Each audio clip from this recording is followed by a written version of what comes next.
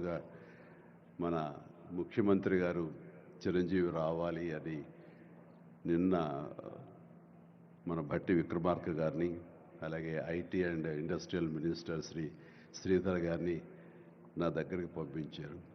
సరిగ్గా వాళ్ళు వచ్చే సమయానికి నేను ఏ పొజిషన్లో ఉన్నాను తెలుసా అండి?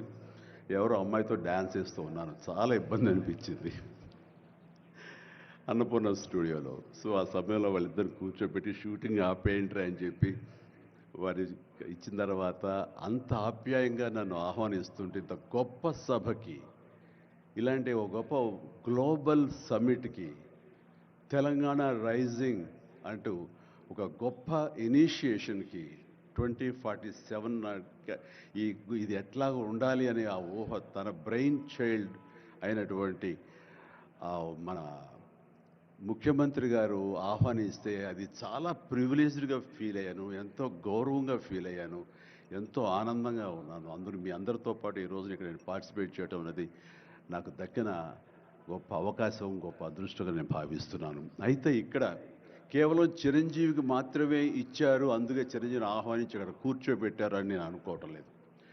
ఇది రేవంత్ రెడ్డి గారికి సినిమా పరిశ్రమ మీద ఉన్నటువంటి గౌరవం, సినిమాల ఇంపాక్ట్ ఈ సొసైటీలో ఎలాగ ఉంటుందో బాగా తెలిసిన వ్యక్తిగా వాళ్ళందరి తరపున ఒక వ్యక్తి ఉండాలి కాబట్టి చిరంజీవిని ఆహ్వానించారని మాత్రమే అనుకుంటున్నాను. ఈరోజు నేను ఒక చిరంజీవిగా రాలేదు, చిత్ర పరిశ్రమ తరపున ఒక ఏజెంట్గా, వాళ్ళ రిప్రజెంటేటివ్గా నేను ఈ రోజున వచ్చాను, ఇక్కడ ఆహ్వానించబడ్డాను.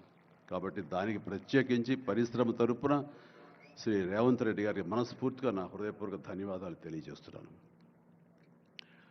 సార్, మీకు గుర్తుంటే మీరు ప్రభుత్వం ఏర్పాటు చేసిన కొత్తల్లో మొదటి వారంలోనే ఎప్పుడో నేను మిమ్మల్ని అభినందించడానికి నేను వచ్చినప్పుడు మీరు నాతో అన్న మొట్టమొదటి మాట, ఈ హైదరాబాద్ని ఫిలిం హబ్గా చేయాలి, అదేదో ఒక తెలుగు ఇండస్ట్రీ వరకో లేకపోతే సౌత్ ఇండియన్ ఫిలిం ఇండస్ట్రీ వరకో లేకపోతే ఏ భారతీయ వరకో కాదు, గ్లోబల్ మనకి ఏమి తక్కువ అని, ఇక్కడ ఏ వనరులు తక్కువ అని చెప్పేసి, ఏ ఎంకరేజ్మెంట్ తక్కువ అని చెప్పేసి మనం ఎందుకు చేయలేకపోతున్నాం, ఎందుకు కొన్ని తెలుగు ఫిలిమ్స్ ఒక లాంగ్వేజ్కే మనం కన్ఫైన్డ్ అయ్యాం.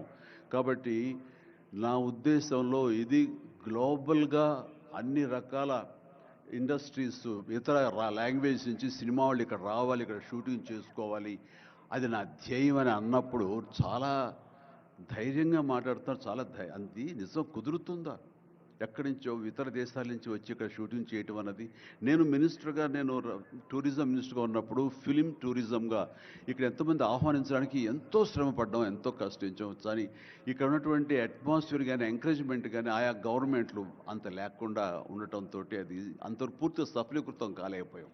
ఆ ఉద్దేశంతో నేను కొంచెం స్కెప్టికల్గానే ఉన్నాను. ఎంతవరకు కుదురుతుంది, ఈయన డ్రీమ్ సక్సెస్ చేయగలరా అని అనుకుంటూ, మీరు ఏమైనా చేయండి, మీ గైడెన్స్ ఇవ్వండి, మీరు ఏం చెప్తే దాన్ని ఫాలో అవడానికి మేమందరం రెడీగా ఉన్నామని ఒక మాట ఇచ్చి మాత్రం అన్నాను. కానీ విత్ ఇన్ నో టైం ఇంత పెద్ద ఎత్తున ఈయన అన్ని రకాల సెక్టార్స్ వాళ్ళని ఇన్వైట్ చేయటి, గ్లోబల్గా అందరినీ వెల్కమ్ చేసి ఈ రోజున అందులో ఒక పార్ట్గా సినిమాలను కూడా ఆయన వెల్కమ్ చేస్తున్నారంటే కనుక అది హ్యాట్స్ ఆఫ్. అది ఆయన ఒక్కరి వల్లే అయ్యింది అన్నట్టుగా కాకుండా అన్నది సాధ్యం చేసేలాగా ప్రాక్టికల్గా ఈ రోజు మనందరం చూస్తున్నాము.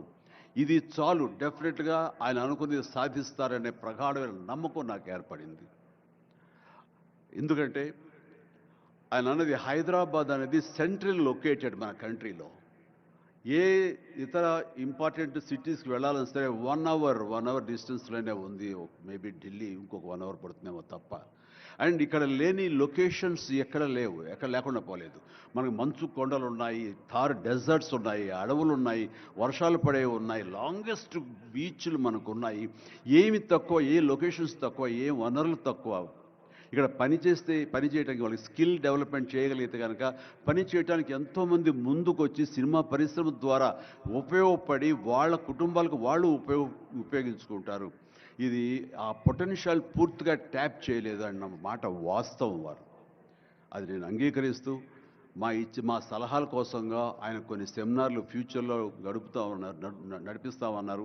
ఇప్పుడు కూడా అలాంటి చిన్న సెమినార్లు మా పెద్దల మధ్య, సినిమా పెద్దల మధ్య జరిగింది. అయితే ఇది కాంప్రహెన్సివ్గా కన్సాలిడేట్గా జరిగేలాగా విత్ ఇన్ షార్ట్ టైం మేము అందరూ కూడా ముందుకు వస్తాము.